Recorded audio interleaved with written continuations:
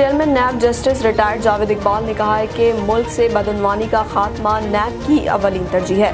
بدعنوانی ایک کینسر ہے جس کا واحد حل سرجری ہے۔ Chairman NAB justice retired Javed Iqbal نے کہا ہے کہ ملک سے بدعنوانی کا خاتمہ نیب کی اولین ترجیح ہے۔ بدعنوانی ایک کینسر ہے جس کا واحد حل سرجری ہے۔ انہوں نے کہا کہ میگا کرپشن کے وائٹ کالر کرائمز کو قانون کے مطابق نمٹانے کے لیے نیب نے اپنے پروسیکیوشن اور آپریشن ڈویژن کو تمام ضروری ہدایات جاری کر دی ہیں۔ تفصیلات کے مطابق قومی احتساب بیورو کے chairman justice retired Javed Iqbal کی صدارت میں نیب ہیڈ کوارٹرز میں ایک اعلیٰ سطح کا اجلاس منعقد ہوا، جس میں نیب کی مجموعی کارکردگی کا جائزہ لیا گیا۔ چیئرمین نیب نے کہا کہ NAB money laundering, mega corruption اور وائٹ کالر کرائمز کیسز کو قانون کے مطابق شفافیت اور میرٹ پر نمٹانے کے لیے پرعزم ہے۔